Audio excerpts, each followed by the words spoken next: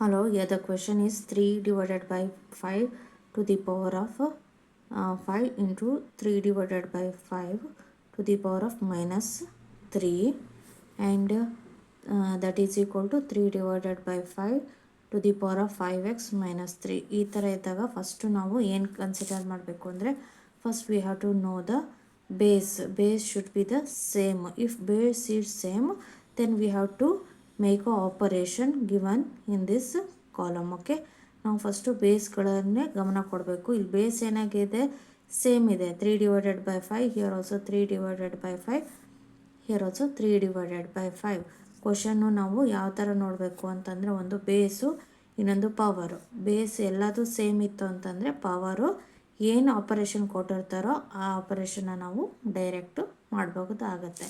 ಆಯಿತಾ, ಇಲ್ಲಿ ನಾನು ಗಿವನ್ ದಟ್ ಏನಿದೆ ಅದನ್ನು ಬರ್ಕೊಂಬಿಡ್ತೀನಿ.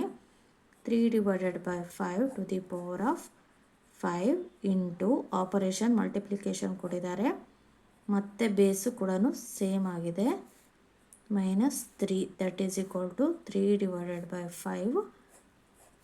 5x minus 3. ಇಲ್ಲಿ ನಮಗೆ ಫಸ್ಟು ನೋಡ್ಕೋಬೇಕಾಗಿರೋದು ಬೇಸ್ ಏನಿದೆ, ನಮಗೆ ಬೇಸು 3 divided by 5 ಇದೆ. ಪವರ್ ಏನಿದೆ, ಚೇಂಜ್ ಇದೆ. ಪವರ್ ಏನಿದೆ, ಒಂದು 5 ಇದೆ, ಇನ್ನೊಂದು ಮೈನಸ್ 3 ಇದೆ, ಹಾಗೆ 5x ಮೈನಸ್ 3. ಏನು ಆಪರೇಷನ್ ಇದೆ ಇಲ್ಲಿ, ಆಪರೇಷನ್ ಏನಿದೆ, ಮಲ್ಟಿಪ್ಲಿಕೇಶನ್ ಇದೆ ನಮಗೆ ಆಪರೇಷನ್. ಇವು 3 ಗೊತ್ತಿತ್ತಂದರೆ ಈಸಿಯಾಗಿ ಮಾಡ್ಬೋದು. ಇವಾಗ ಬೇಸು ಸೇಮ್ ಇರೋದ್ರಿಂದ ನಾವು ಪವರ್ ಕಡೆ ಗಮನ ಕೊಡಬೇಕು. Power should be, base same ಇದ್ದಾಗ ಪವರ್ ಏನಾಗುತ್ತೆ ನೋಡ್ತಾ ಹೋಗೋಣ. ಇಲ್ಲಿ ಮೈನಸ್ 3 ಇದೆ, ಇಲ್ಲಿ 5 ಇದೆ. ಸೊ ಏನು ಮಾಡಬೇಕು ಇವಾಗ, ಡೈರೆಕ್ಟು ಬರ್ಕೊಳ್ಳೋದಿದ್ರೆ ಡೈರೆಕ್ಟು ಬರ್ಕೋಬೋದು, ಇಲ್ಲ ಅಂತಂದರೆ ಒಂದು ಎಕ್ಸ್ಟ್ರಾ ಇದು ಕೂಡ ಮಾಡ್ಬೋದು. ನಾನು ಒಂದು ಎಕ್ಸ್ಟ್ರಾ ಸ್ಟೆಪ್ ತಗೊತಾ ಇದ್ದೀನಿ. 5 ಇಲ್ಲಿ ಇಂಟು ಇರೋದ್ರಿಂದ into minus 3 that is equal to 3 divided by 5x minus 3. ಇವಾಗ 3 divided by 5 whole to the power of ಏನಾಗುತ್ತೆ, ಇಲ್ಲಿ ಮೈನಸ್ ಇದೇನಿದು plus into minus is minus. 5 minus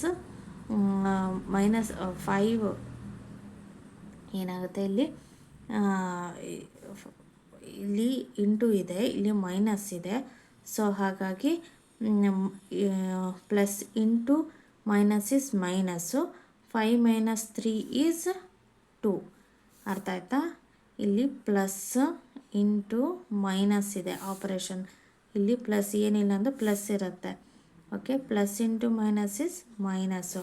ಹಾಗಾಗಿ 5 ಮೈನಸ್ 3 ಈಸ್ 2 ಪವರು 2 ಬರುತ್ತೆ.